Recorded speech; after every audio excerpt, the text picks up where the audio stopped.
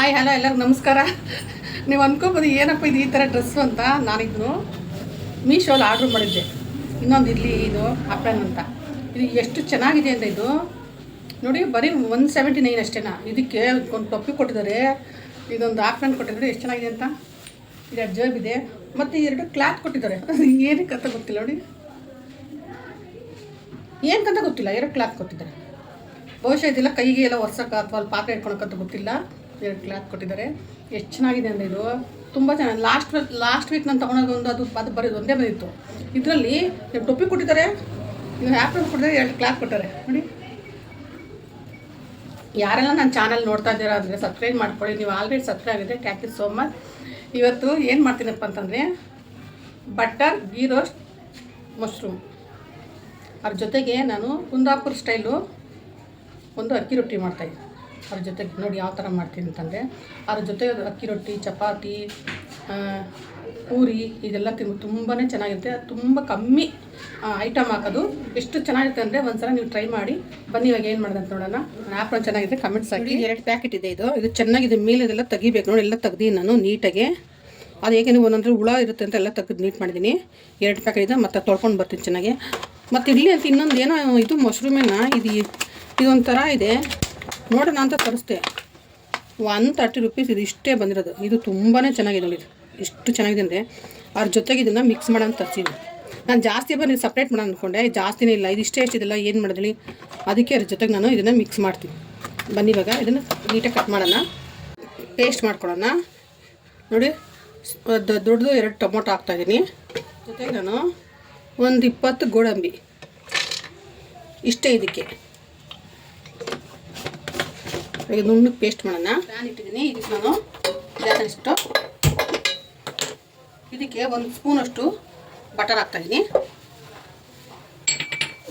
Butter ಎಲ್ಲ ಸ್ವಲ್ಪ ಕರಗಲಿ. ಕರಗಿದೆ. ಇವಾಗ ಮಶ್ರೂಮ್ ಸ್ವಲ್ಪ ಫ್ರೈ ಮಾಡ್ಕೊಳ್ಳೋಣ ನಾವು. ಏಕೆಂದರೆ ಅದಾಗಿರೋ ನೀರೆಲ್ಲ ಸ್ವಲ್ಪ ಡ್ರೈ ಆಗಬೇಕಾಗಿ, ಏನು ಹಾಕೋದು ಬೇಡ, ಬರೀ ಹೀಗೆ ಫ್ರೈ ಮಾಡೋಣ.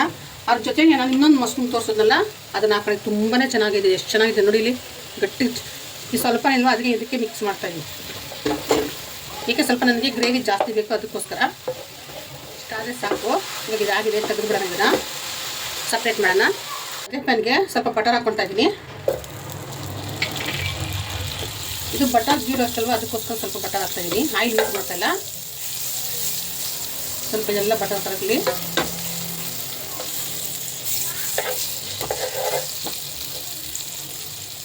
ಇದಕ್ಕೆ ನಾವು ಇಡೀ ಗರಂ ಮಸಾಲ ಹಾಕ್ತೀವಿ ನೋಡಿ. ಒಂದು 4 ಕಾಳುಮೆಣಸು, 2 ಚಕ್ಕೆ, 2 ಏಲಕ್ಕಿ, 1 ಪಲಾವ್ ಎಲೆ, ಇದಿಷ್ಟೇ ಸಾಕು.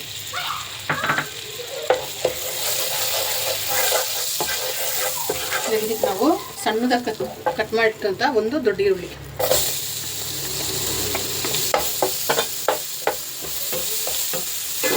ಸ್ವಲ್ಪ ಫ್ರೈ ಆಗುತ್ತೆ. ನನಗೆ ಇಷ್ಟು ಫ್ರೈ ಆಗಿದೆ ಸಾಕಿದು. ಇದಕ್ಕೆ ನಾವು ರುಬ್ಬಿರೋ ಅಂತ ಏನು ಅವಾಗಲೇ ಟೊಮೊಟೊ ಗೋಡಂಬಿ ರುಬ್ಬಿರಲ್ಲ, ಅದನ್ನ ಹಾಕೋದು. ಇದಕ್ಕೆ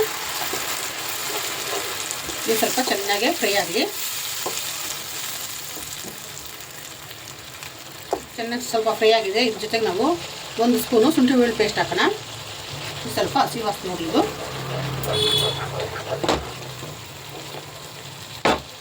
ಇದ್ರ ಜೊತೆಗೆ ನಾವು ಇವಾಗ 1 ಸ್ಪೂನು ಧನಿಯಾ ಪೌಡರ್, 1 ದೊಡ್ಡ ಸ್ಪೂನು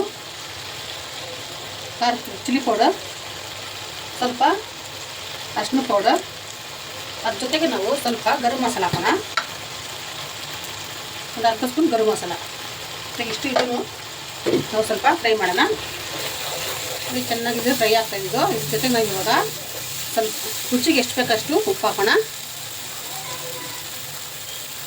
ಸ್ವಲ್ಪ ಚೆನ್ನಾಗಿ ಕೈ ಹಾಕೋಣ. ಇವಾಗ ಇದಕ್ಕೆ ನಾವು 4 ಹಸಿಮೆಣಸಿನಕಾಯಿ ಕಟ್ ಮಾಡಿ ಇಟ್ಕೊಂಡಿದ್ದೀನಿ. ಸ್ವಲ್ಪ ಟೇಸ್ಟ್ಗೋಸ್ಕರ ಇದನ್ನು ಹಾಕೋಣ.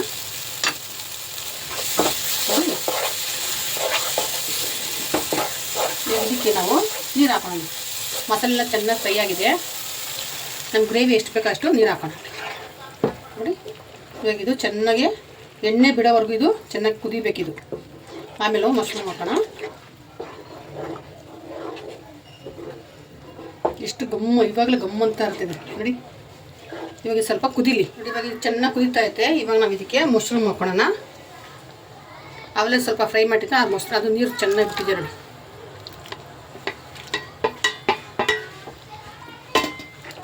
ನೋಡಿ ಚೆನ್ನಾಗಿ ಸ್ವಲ್ಪ ಒಂದು 10 ನಿಮಿಷ ಇದು ಚೆನ್ನಾಗಿ ಬಾಯ್ಲ್ ಆಗಲಿ.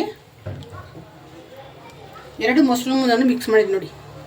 ನೋಡಿದಲ್ಲ ಇದು ಎಷ್ಟು ಚೆನ್ನಾಗಿ ಬಾಯ್ಲ್ ಆಗಿದೆ. ಈ ಥರ ಎಣ್ಣೆ ಬಿಡಬೇಕಿದ್ದು, ಆವಾಗ ತುಂಬಾ ಚೆನ್ನಾಗಿದೆ ಇದು ನೋಡಿ. ಇವಾಗ ಇದಕ್ಕೆ ನಾವು ಸ್ವಲ್ಪ ಕಸೂರಿ ಮೆಥಿ ಹಾಕೋಣ. 1 ಸ್ಪೂನಷ್ಟು ಕಸೂರಿ ಮೆಥಿ ಇದೇ ಥರ ಕ್ರಷ್ ಮಾಡಾಕ್ತೀವಿ, ಚೆನ್ನಾಗಿರುತ್ತೆ.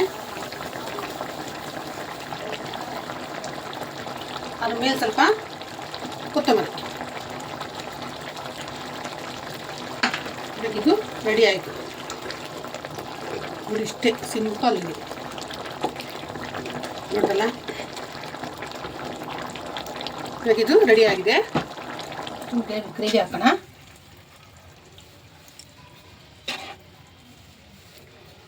ಎಷ್ಟು ತುಂಬ ಸಿಂಪಲ್ ಇದು, ಆದರೆ ಟೇಸ್ಟ್ ಅಷ್ಟೇ ಚೆನ್ನಾಗಿರುತ್ತೆ. ಇವಾಗ ಶ್ರಾವಣ ನಾನ್ ವೆಜ್ ತಿನ್ನಲ್ಲ, ಯಾರು ಸುಮಾರು ಜನ ನಾನ್ ವೆಜ್ ತಿನ್ನಲ್ಲ, ಅವ್ರು ಇಂಥವ್ರು ಮಾಡ್ಕೋಬೋದು. ನಾವು ನಾನ್ ವೆಜ್ ತಿಂತೀವಿ, ಇಲ್ಲ ಅಂತ ಹೇಳಿದ್ರೆ ನಾವೆಲ್ಲ ಕಾರ್ತಿಕ್ ಸೋಮವಾರ. ನೋಡಲ್ಲ ಮಶ್ರೂಮ್ ಗ್ರೇವಿ ರೆಡಿ ಇದೆ ನೋಡಿ. ರೆಸ್ಟೋರೆಂಟ್ ಸ್ಟೈಲ್ ಇದು. ದೊಡ್ಡ ದೊಡ್ಡ ಹೋಟ್ಲು ಹೋಗಿ ಮಶ್ರೂಮ್ ಗ್ರೇವಿ ಕೊಡಿ ಅಂದರೆ ಅವರು ಇಷ್ಟು ಕೊಡ್ತಾರಾ? ಕೊಡೋದಿಲ್ಲ. ಇಷ್ಟಕ್ಕೆಲ್ಲ ಅಂದರೆ ಅವರು 1000 ರೂಪಾಯಿ ಬಿಲ್ ಮಾಡ್ತಾರೆ ನೋಡಿ. ಮಶ್ರೂಮ್ ಗ್ರೇವಿ ಯಾವ ಥರ ಮಾಡಿದೆ ಅಂತ ಒಂದ್ಸಲ ನಿಮ್ಮಲ್ಲೇ ಟ್ರೈ ಮಾಡಿ. ನಿಮ್ಗೆ ಅಕ್ಕಿ ರೊಟ್ಟಿ ಬಂದೆಲ್ಲ ಚಪಾತಿ ಮಾಡ್ಕೊತೀನಿ, ಪರವಾಗಿಲ್ಲ. ಅಕ್ಕಿ ರೊಟ್ಟಿನೇ ಬೇಕಂತೇನಿಲ್ಲ. ಅದ್ರ ಜೊತೆಗೆ ನೋಡಿ ಅಕ್ಕಿ ರೊಟ್ಟಿ ನಾನು ಮಾಡಿದ್ದೀನಿ. ಅಕ್ಕಿ ರೊಟ್ಟಿ ಹೇಗೆ ಮಾಡ್ತೀನಿ ಅಂತ ನಾನು ನೆಕ್ಸ್ಟ್ ವೀಡಿಯೋದಲ್ಲಿ ತೋರಿಸ್ತೀನಿ ನೋಡಿ. ನೋಡೋದಿಲ್ಲ ಮಶ್ರೂಮ್ ಗ್ರೇವಿ, ಅದ್ರ ಜೊತೆಗೆ ಅಕ್ಕಿ ರೊಟ್ಟಿ ಏನೇನು ಹಾಕಿ ಅಂತ ನೀವು ನೋಡಿದ್ದೀರ. ನೀವು ಎಷ್ಟು ಸಿಂಪಲ್ಲು, ಎಷ್ಟು ಟೇಸ್ಟ್ ಅಂದರೆ ಅಷ್ಟು ಟೇಸ್ಟ್ ಇರುತ್ತೆ. ತುಂಬಾ ಚೆನ್ನಾಗಿರುತ್ತೆ ಇದು ಮಕ್ಕಳು ದೊಡ್ಡವರು ಎಲ್ಲ ತಿನ್ಬೋದು. ಇವಾಗ ಶ್ರಾವಣ ಬೇರೆ, ನಾನ್ ವೆಜ್ ತಿನ್ನೋದಿಲ್ಲ ಅಂಥವ್ರು ಇದನ್ನು ನೀವು ಮಾಡ್ಕೊಳ್ಳಿ. ಇದ್ರ ಜೊತೆಲಿ ಅಕ್ಕಿ ರೊಟ್ಟಿ ಇಲ್ಲ ಅಂದರೆ ನೀವು ಚಪಾತಿ ಪೂರಿ ತಿನ್ಬೋದು. ನೀವು ನನ್ನ ಡ್ರೆಸ್ ನೋಡಿ ನಗೀಬೋದು. ಚೆನ್ನಾಗಿದೆ, ಕಮೆಂಟ್ಸ್ ಹಾಕಿ ನೋಡಿ. ಇನ್ನೊಂದೇನಂದರೆ ನಾನು ಅಕ್ಕಿ ರೊಟ್ಟಿ ಯಾವ ಥರ ಮಾಡಿದೆ ಅಂತ ನಿಮಗೆ ನೆಕ್ಸ್ಟ್ ವೀಡಿಯೋದಲ್ಲಿ ತೋರಿಸ್ತೀನಿ ನೋಡಿ. ಎಷ್ಟು ಸಾಫ್ಟ್ ಇದೆ ರೊಟ್ಟಿ ಅಂದರೆ ನೀವು ನಂಬೋದಲ್ಲ, ನೀವು ಗಟ್ಟಿನೇ ಇಲ್ಲ ರೊಟ್ಟಿ ನೋಡಿ.